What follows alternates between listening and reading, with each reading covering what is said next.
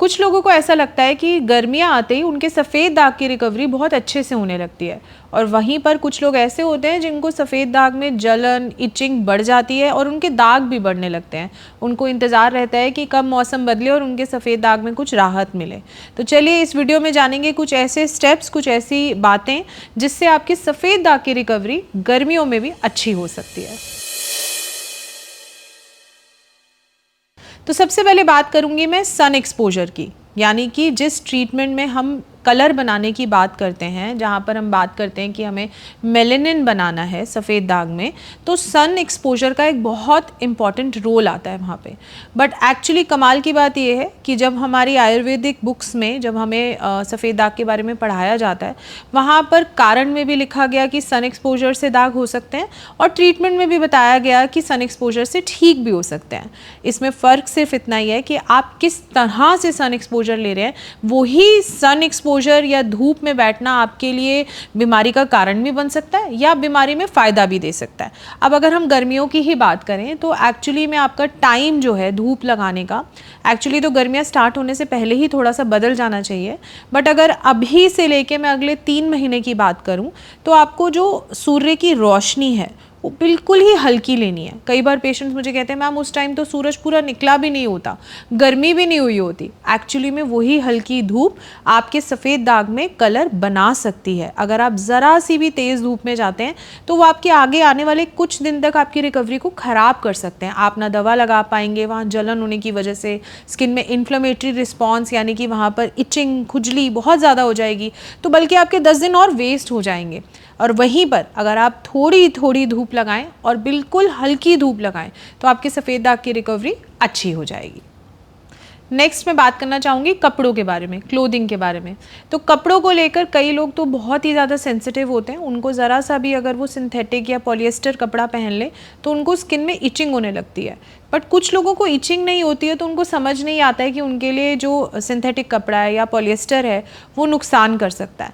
But मैं ऐसा चाहूँगी कि अगर आपको सफ़ेद दाग या सोराइसिस या कोई भी ऐसी स्किन की प्रॉब्लम है, खुजली ही है बस सिंपल, तो आपको कॉटन के या लिनन के ही कपड़े पहनने चाहिए, और वो भी मार्केट से पहले ला के धो के धूप लगवा के उसके बाद ही इस्तेमाल करना चाहिए।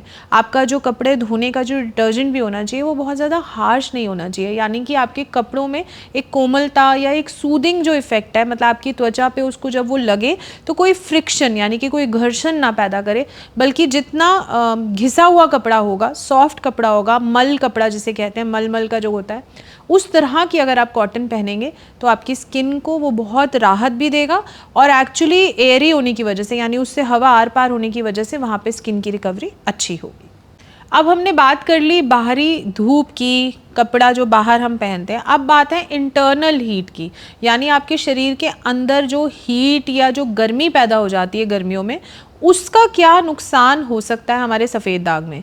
सो बेसिकली जो हम खाना पीना जो भी इतने टाइम से हम करते आ रहे होते हैं सर्दियों में, वो बहुत ही गर्म तासीर का रहता है। अगर हम उसी तरह से बादाम या अखरोट या जितने भी ड्राई फ्रूट्स, इन सब का सेवन अभी भी सीज़न में करते रहेंगे गर्म चीज़ों का, तो उससे आपकी बॉडी की इंटरनल गर्मी बढ़ती रहेगी, और जब वो इंटरनल गर्मी बढ़ती है तो फिर सफ़ेद दाग भी बढ़ते हैं।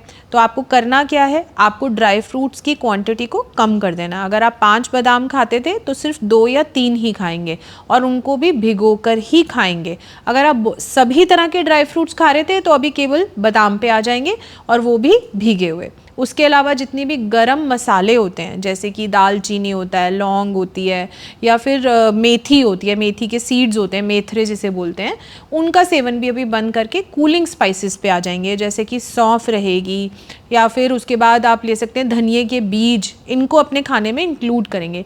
हल्दी का इस्तेमाल भी थोड़ा कम करेंगे। हल्दी बहुत फ़ायदा करती है सफ़ेद दाग में, बट हल्दी का इस समय पे जो सेवन है वो थोड़ा कम क्वांटिटी में करेंगे। तो इंटरनल हीट का भी आपको ध्यान रखना है, और समर जूसेस या समर शरबत की जो रेसिपीज़ या वीडियो मैंने डाली है उसको भी एक बार देख लीजिएगा। अब हम बात करेंगे आखिर में स्किन प्रोडक्ट्स की, कि आपको अपनी त्वचा पे लगाना क्या चाहिए। जब सर्दियां रहती हैं तब उस समय पे हम थोड़ी हैवी क्रीम्स का इस्तेमाल करते हैं जो थोड़ी जैसे थिक होती हैं, थोड़ा लगाने में उसको थोड़ा एब्जॉर्ब करने में, शरीर में जाने में थोड़ा समय लगता है। और वैसे ही तेल रहते हैं, गर्म तासीर के तेल रहते हैं जिनका अभ्यंग बॉडी पे मतलब मसाज करना बताया जाता है कि फ़ायदा करेगा। अब वो समय आ गया है कि आप अपने तेल चेंज करें। जैसे कि अगर आप तिल का तेल लगा रहे थे तो आप कोकोनट ऑयल पे आ जाएं। अगर आप और कोई तेल, मेडिकेटेड तेल लगाते हैं, कूलिंग होना चाहिए वो भी आप मुझसे डिस्कस कर सकते हैं क्लिनिक पर।